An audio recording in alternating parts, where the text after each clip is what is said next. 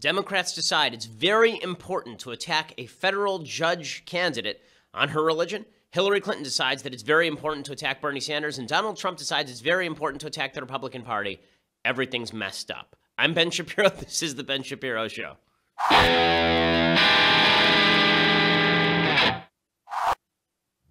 So you made it. Finally, we're all the way to a Friday, and we have the mailbag coming up a little bit later in the show. So if you're going to subscribe, now is the time to do it so you can be part of today's mailbag, where we will indeed be taking live questions. But before we get to all of the various topics of the day, and myriad they are, first, I want to say thank you to our sponsors over at Boll and Branch. So as I've said 1,000 times on the show, I'm really bad at sleep. Sleep is not my forte. But I used to be much worse at sleep. Thanks to Boll and Branch, I sleep a lot better at night, and that's because they make the best sheets on the market. They're so good that when I buy new sheets for my kids, the only sheets that I will buy are Boll and Branch sheets. That's how good these sheets are. These sheets are used by 3 ex-presidents and Bill Clinton's lovers, if he's one of them. And Boll and Branch sheets are just, they breathe, they're comfortable. You don't know that you're sleeping on a bad sheet until you actually sleep on a good sheet. It actually sort of spoils you. Once you sleep on a good sheet, you never want to go back to sleeping on the plastic tarps they give you at the car wash ever again. Instead, you're going to want to go over to Boll and Branch and get their sheets right now. Each of their sheets is crafted from 100% organic cotton. They not only feel incredible, they look great, and they are half the price of a typical sheet of this quality that you would get at some retail store, half the price for twice the quality. You will love the sheets. Try them out for 30 nights and see for yourself. If you're not impressed, you can return them for a full refund.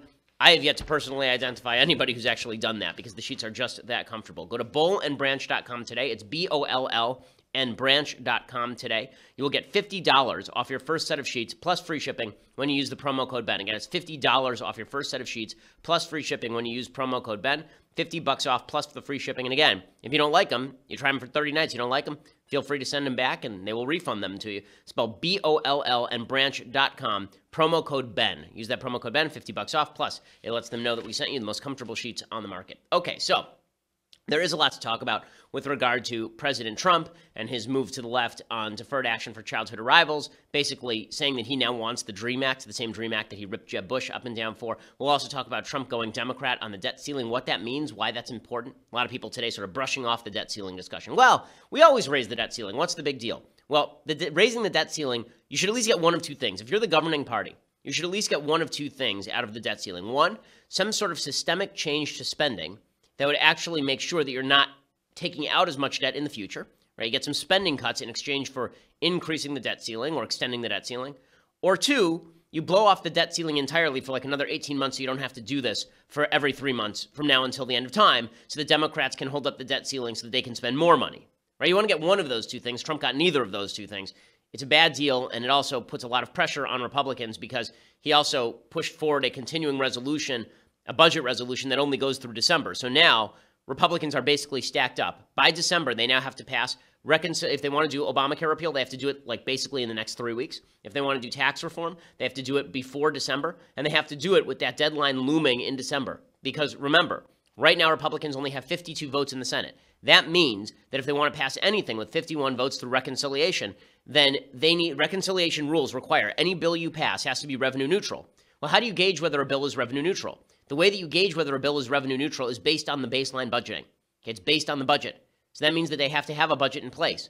So that means Democrats can hold up anything in December by saying, we're not going to pass any sort of budget. We're going to sit off on the sidelines and not pass any part of your new budget. And therefore, you can't even get a reconciliation ruling on some of these tax reform bills that the Senate wants to take up. It's really a problem.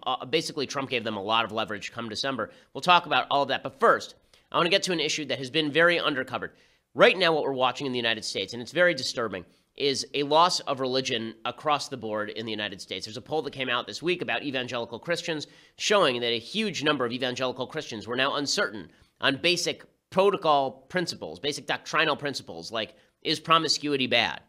I mean, these things are pretty clear in the Bible. You may not actually fulfill the mandate, right? You may sin. We all sin. We get that. But there are certain things that in Christian doctrine are pretty well clear. And doesn't mean that you uphold them personally or that you don't sin, but there are certain things that are pretty clear in Christian doctrine.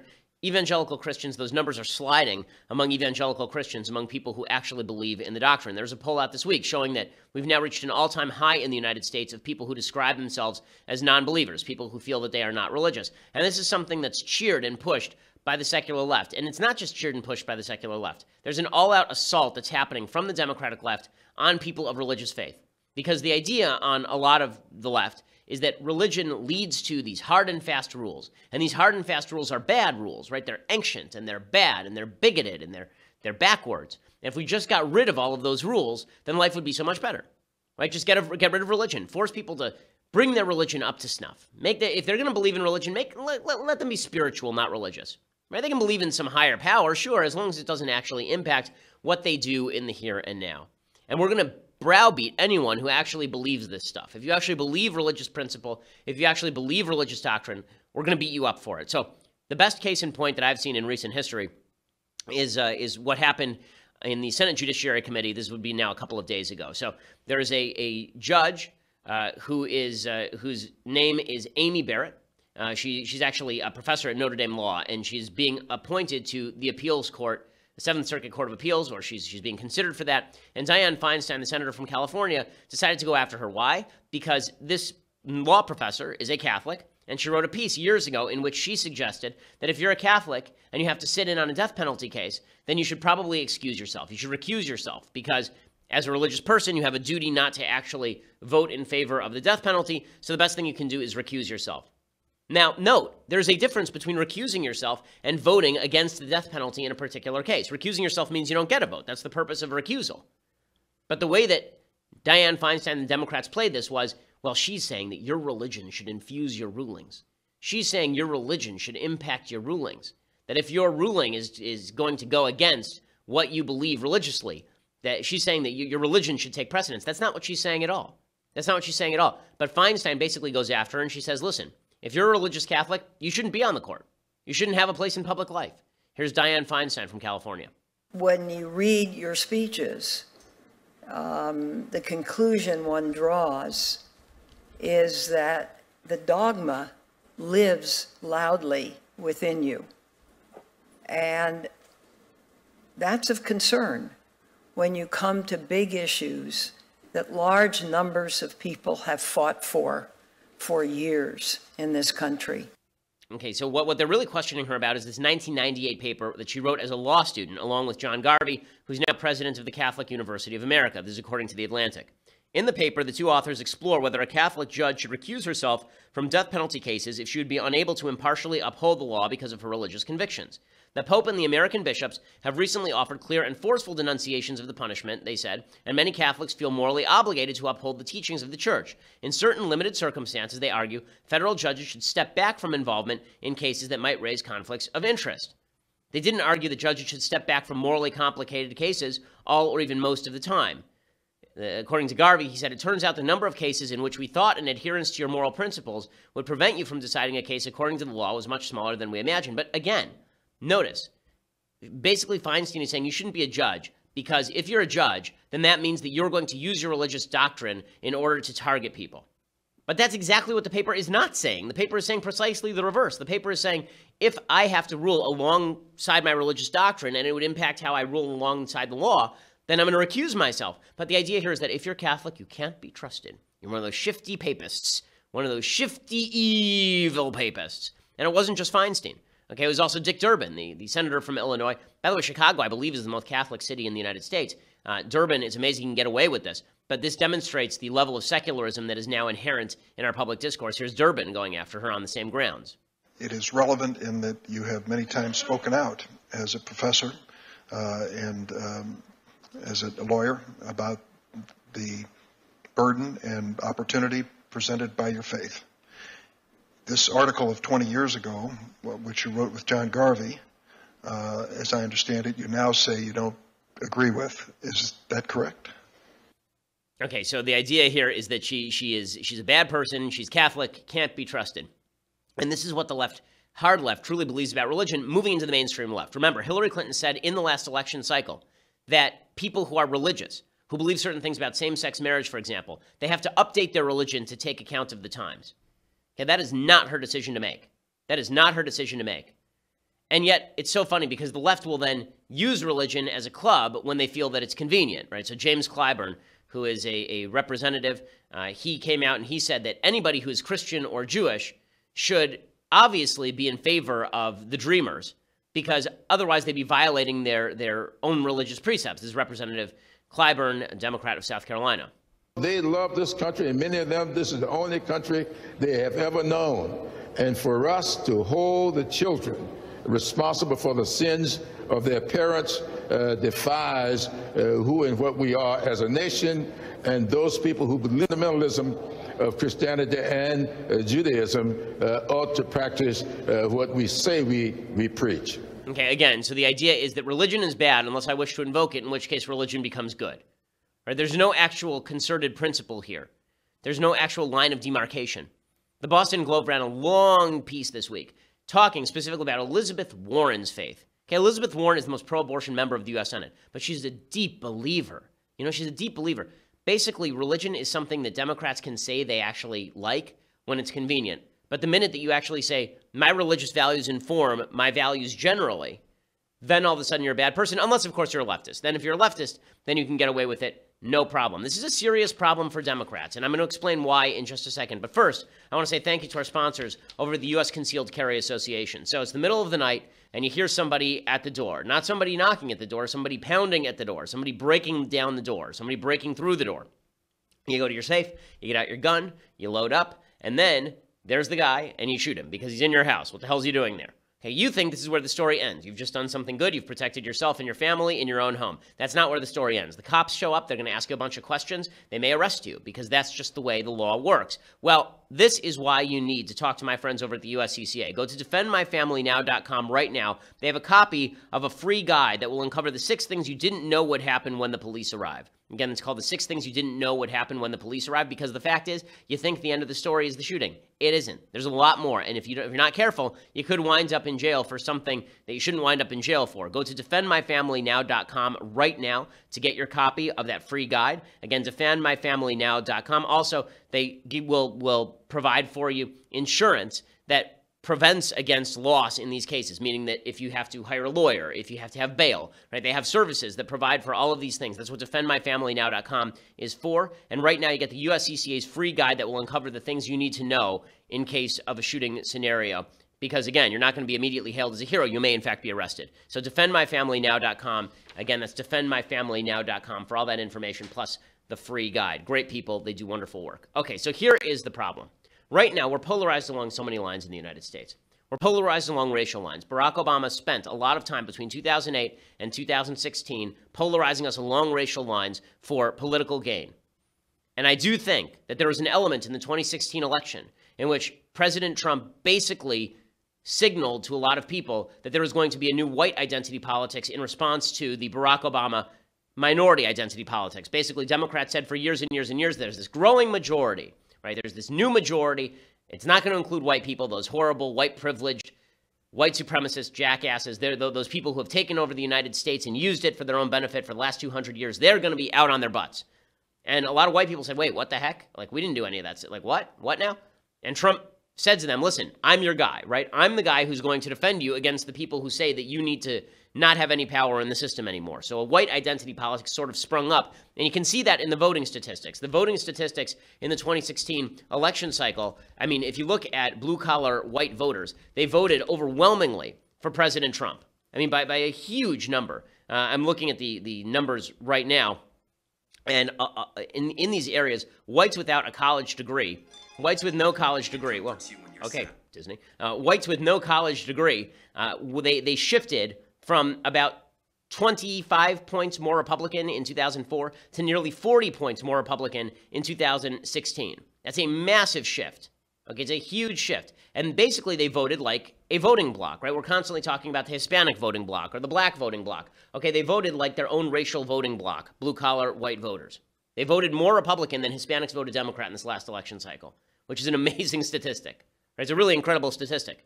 Okay, that's one polarization. Then we've been polarized along class lines. This is what Bernie Sanders wants to do. He wants to polarize us along lines of class. Say, all the poor people versus the 1%, the evil 1%, which does include people like me, but don't worry, I am great, right? He wants to polarize us along those lines, and that's why you see Occupy Wall Street, and that's why you see all of these social justice movements designed to tear down the rich. And then you've got polarizations along sex lines. This is what Hillary Clinton was trying to do. There's a war on women, and that's why I'm not president. Because there's a war on women. right? This is the routine that you got from the entire Democratic Party, Katy Perry and the like, that there was some sort of glass ceiling Republicans had set up, and we have to bust through it like a firework, right? That's what we have to do. And now the Democrats are basically driving a response on religion. This is going to be the next battleground. Democrats believe that there's a rising majority of people who are secular and don't like religion, and those people are going to form their new majority. And the more dismissive and derisive they are about religion, the more they will win. And people are going to backlash against this. There's going to be a strong religious backlash against this, people saying, you leave me the hell alone. And the problem with a backlash is every backlash has an element that is a little bit too far. So you will see people saying things like, let's re-enshrine some laws that are sort of religious in nature. There will be a few people who say stuff like that because they're backlashing. Okay, I don't think that'll be the great majority, but you are going to see religious people start to identify as a political bloc of their own. That's what you're going to see. None of this is good, right? We all used to be people of random colors, and that didn't matter so much. I would say even 10 years ago, before Obama's election, you look at the polls. We all used to be people in America who aspired to be rich, but we didn't rip each other down for what we earned, right? We all used to be people who were men and women, people who loved each other, but we didn't break each other down according to which member of this sexual identity group you were. And we all used to be people who had religion, didn't have religion, but that was your personal decision, and that could infuse your life how you saw fit. Small government allows for all of that. Small government means that I'm not going to use the government as a weapon against you, and you're not going to use the government as a weapon against me. But now religious people look at people like Dianne Feinstein, and they look at Dick Durbin, and they look at James Clyburn, and they look at Elizabeth Warren, and they look at Hillary Clinton, and they say to themselves, these people are coming after me. They're coming after my children. They want me to give up on how I raise my children. They want me to give up my religious values. They think they know better than I do right now. That's why the Masterpiece Cake Shop case that is going to go to the Supreme Court next year is going to be so crucial in, I think, the next step of societal breakdown. Very good shot that Justice Anthony Kennedy rules that you as a religious person cannot live out your religious faith in a business setting, even if it's your own business. That if I have a business and I say, listen, I'm not up for catering your same-sex wedding, you know, you're fine, but I'm not up for catering your same-sex wedding. I'm not using the government to crack down on you. Good shot. The Democrats and Anthony Kennedy, that all these people get together and basically say, religious people do not have the ability to live out their religious lifestyle. You know what that's going to do? It's going to mean that religious people vote 90% for Republicans. That's where this is going to go. Senator Mike Lee gets this exactly right. Senator from Utah, he says to Democrats, what you're doing right now is dividing the country. This country is divided enough. Millions of Americans feel that Washington, D.C. and the dominant culture despise them. And how could they not when they see their leaders sitting here grilling patriotic citizens about their faith, like inquisitors? How could they not feel like their values are not welcome in this chamber, within this government? Religious freedom is of deep concern to me as a Mormon.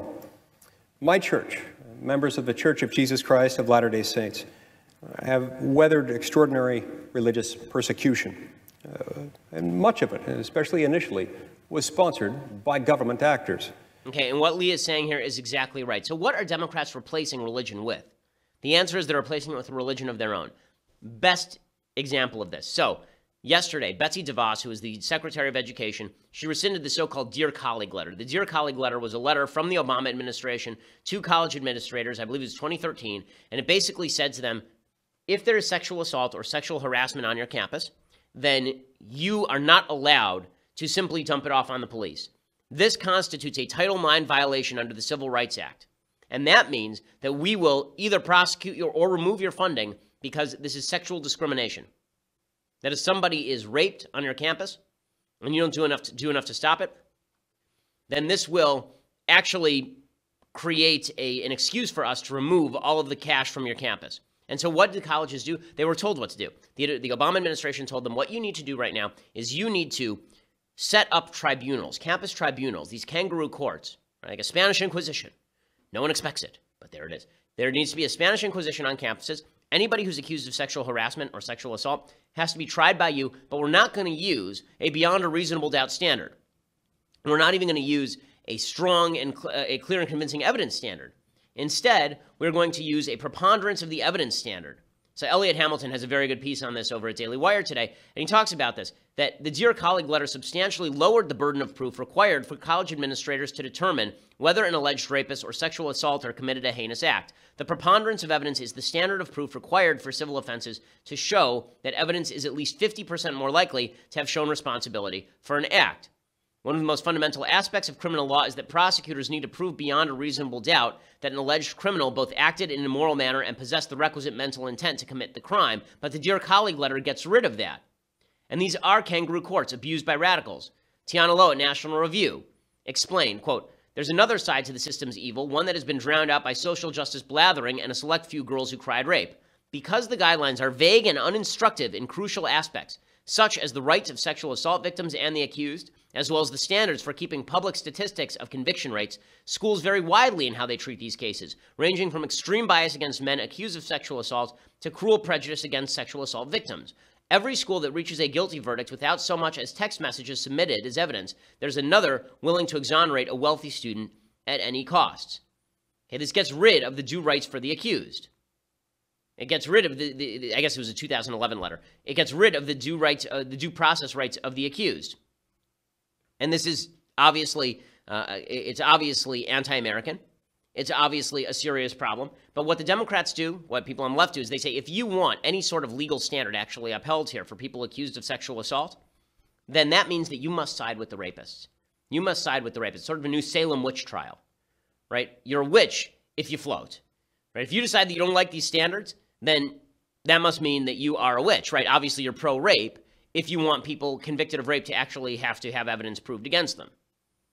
Okay, this is a religious standard, and that's because the left has a religious belief that anybody who claims victimhood must be considered a victim, unless, of course, you are a straight white male. If you're a straight white male and you claim victimhood, that's because you're a whiner.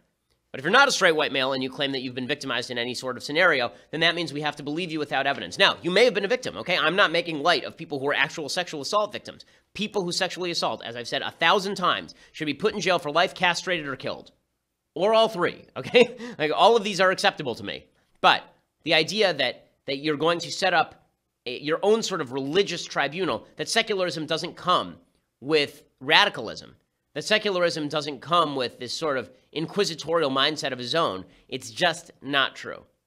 Now, in a minute, I want to talk about what President Trump is doing to work with Democrats and what impact this is going to have on Republicans going forward. But first, I want to say thank you to Dollar Shave Club. So Dollar Shave Club is the smarter choice. Now, as an Orthodox Jew, I don't shave above my jawline with a straight edge, but I do shave below my jawline with a straight edge. According to Maimonides, that is perfectly okay. And I can tell you, the Dollar Shave Club makes the best razors. They make the best shave butter. When I use my DSC Executive Razor with their Dr. Carver shave butter, the blade gently glides, giving a really smooth shave. Okay, it helps prevent ingrown hairs and fights razor bumps. It's transparent for a more precise shave. You don't have all of the white gunk on yourself, so you don't have to worry about not being able to see the hair. Right, you're sort of randomly poking around with the razor trying to get the hair that's underneath. You don't have to do that with Dr. Carver's shave butter. It is awesome. And right now, for a limited time, new members get their first month of the Executive Razor with a tube of Dr. Carver's shave butter for only $5 with free shipping. And after that, they send you razors, right, for just a few bucks a month. You subscribe and they send you razors every month. That means that you're never going to be stuck with a dull blade, which is the worst. Try shaving with a dull blade. It is garbage.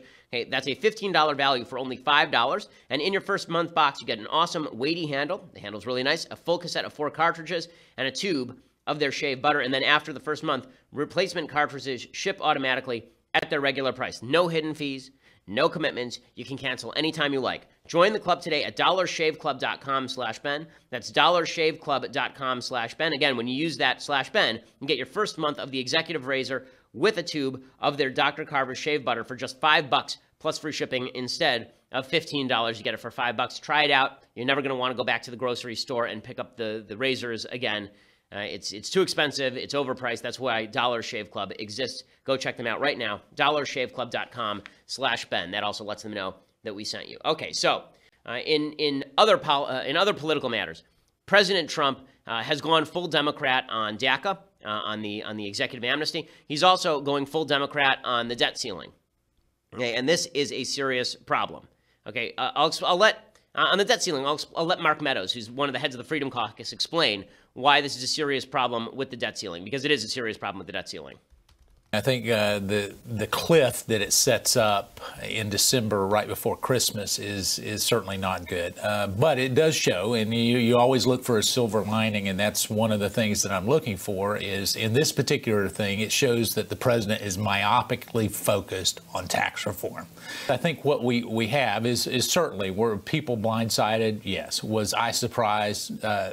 Without a doubt. And I think for many of us, there was not a conservative solution out there. You know, and so people want to criticize the Trump administration for making this call. We were talking about a clean debt ceiling, you know, months ago. You and I talked about that months ago. And so as we look at this, if there's not a conservative alternative, why should you get surprised? Okay, so there is a conservative alternative. Meadows could have provided it, and Trump could have gone along with it, but Trump didn't do any of those things. The idea there was nothing on the table that was better than what Trump did here is just not true. What he's saying here about this cliff, this fiscal cliff, you remember, we've done this a few times before. Basically, in December, we're going to hit the end of the budget, and Republicans are going to have to pass a new continuing resolution to fund the budget, plus we're going to hit the debt ceiling again, and that means Republicans are going to have to push off the debt ceiling. Democrats are going to try to extract some sort of concessions in return for the budget and the debt ceiling. Now, Meadows says, the good news is that gives us 3 months to pass tax reform. That's not true, okay? I like Mark Meadows, but he's not right here, okay? Ben Sasse is correct when Ben Sasse says the problem is that if we really wanted to set up for tax reform, then we would have gotten the government funded now and we would have pushed off the debt ceiling for longer than 3 months, because the problem is now Republicans know in the back of their mind they're going to have to make some concessions to Chuck Schumer in order for them to get the debt ceiling and the budget. And that means they can't push for such a harsh tax reform package because Schumer can hold it hostage. Right? Schumer can just say, listen, you're not going to get a single Democrat vote on that. And if you pass the tax reform, no debt ceiling increase and no budget. Okay, creates a serious problem here.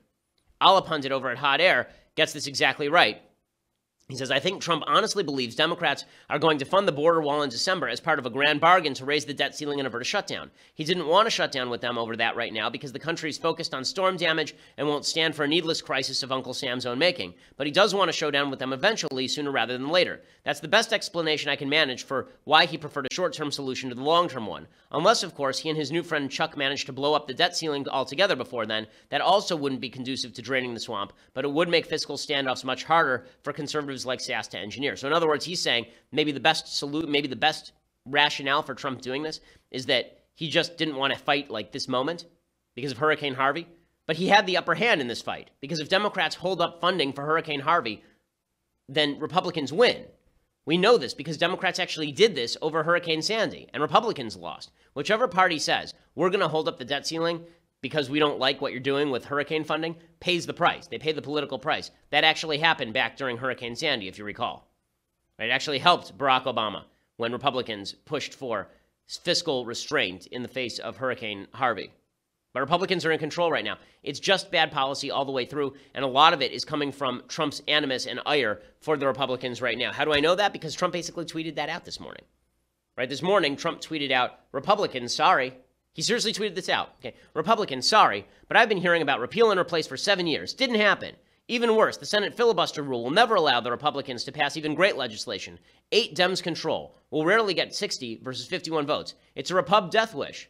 Republicans must start the tax reform tax cut legislation ASAP. Don't wait until the end of September. Needed now more than ever. Hurry.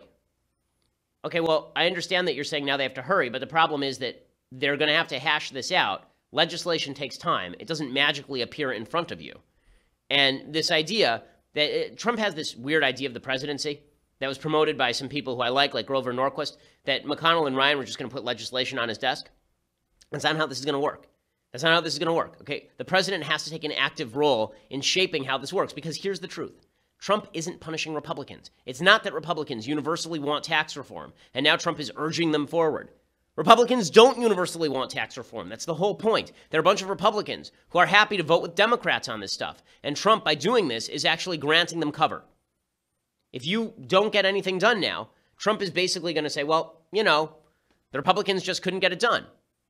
And unless you're conservative, in which case you get bashed by your own base for not supporting Trump. Let's say you're Lindsey Graham, and let's say you don't support the tax reform package that's put on the table. And Trump says, listen, I gave you guys a chance and you didn't do it. Now I'm working with the Democrats. You think that really makes people like Susan Collins upset? You think she's sitting around going, oh no, now I'm going to have to vote with the Democrats? Of course not. The whole critique of Republicans is that they were too willing to work with Democrats, threatening Republicans by saying, listen, if you guys won't work together, I'm going to go work with the Democrats. That doesn't work at all. That doesn't work at all. I mean, that's legitimately like saying, listen, arsonist who wants to burn down my house, if you try to burn down my house, I'm telling you right now, if you try to burn down my house and you don't succeed, I'm going to set it on fire myself. Like, what? That doesn't, no, that's not how any of this works. The fact that this is being driven by personal ire does not make it good. Mick Mulvaney, who is Trump's head of Office of Management and Budget, he basically came out and said that this is all because Trump is mad at Ryan and McConnell. Do you know whether the president is genuinely annoyed at Republicans in the aggregate, the leadership, and that's why he's reaching across the aisle, because he's fed up with them? I just read into what he did with Chuck Schumer and Nancy Pelosi on this debt thing as a sign. I'm sick of you guys.